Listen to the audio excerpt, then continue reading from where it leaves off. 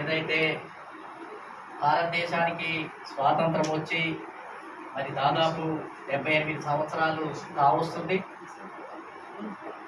అనేక దేశాల్లో స్వాతంత్రం వచ్చిన తర్వాత అక్కడ ప్రజలకు కానీ, వర్గాలకు కానీ, మతాలకు కానీ ప్రజాస్వామ్యంలో భాగస్వామ్యం కల్పించడము అనేది ఫస్ట్ ఆ దేశం యొక్క కర్తవ్యం.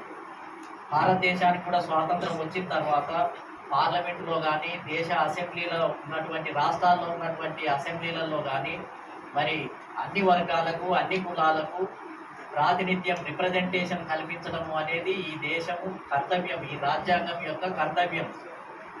కాబట్టి మరి భారతదేశంలో మంచికో చెడుకో కులాల రూపంలో ఇక్కడ సమూహాలు ఏర్పడ్డాయి. కోట్లాది మంది కులాల రూపంలో జీవిస్తున్నారు. కొన్ని దేశాలలో సెక్స్, శాఖలు అనేక రకాల పేర్లతోటి జీవిస్తున్నారు. కానీ మన భారతదేశం యొక్క విశిష్టత ఏంటిది అని అంటే కులాల రూపంలో ఒక్కొక్క కులమే అసలు దాదాపు 30 లక్షలు, 40 లక్షలు, అసలు దేశవ్యాప్తంగా కనుక చూస్తే కొన్ని అసలు దాదాపు 80 లక్షల వరకు కూడా ఆ కులాలు ఆ విధంగా జీవిస్తూ సమూహాలు ఉన్నటువంటి పరిస్థితి ఉంది. కాబట్టి దీన్ని ఏంటిది అని అంటే ఈ భారతదేశమే కులాల సముదాయం, కులాల సమూహం.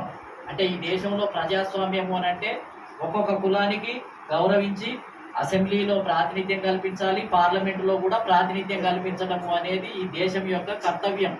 కాబట్టి ఈ దేశంలో ప్రజాస్వామ్యము అని అంటే కులాల రిప్రజెంటేషనే. కులాలను గౌరవించి వాటిని గెలిపించి వాళ్ళ సమస్యలు, వాళ్ళ జాతి గురించి, వాళ్ళకు రావాల్సిన వాటి గురించి మాట్లాడటమే ఈ దేశంలో కులాల ఈక్వాలిటీని, కులాల సమానత్వాన్ని ఈ దేశంలో సాధించాలి.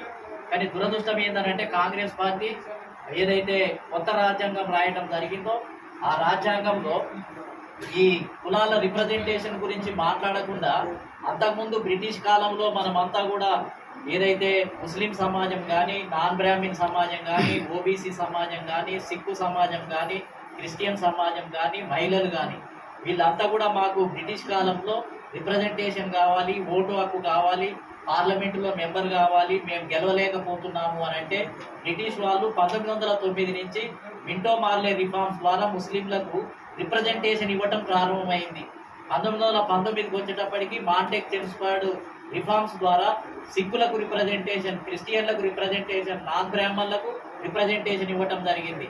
1932కి వచ్చేటప్పటికి కమ్యూనల్ అవార్డు ద్వారా ఎస్సీ సమాజానికి బాబాసాహెబ్ అంబేద్కర్ రౌండ్ టేబుల్ సమావేశాల్లో అడగటం వల్ల ఎస్సీ సమాజానికి రిజర్వేషన్లు ఇస్తే 1932 నుంచి వాళ్ళకి అమల్లోకి రావటం జరిగింది.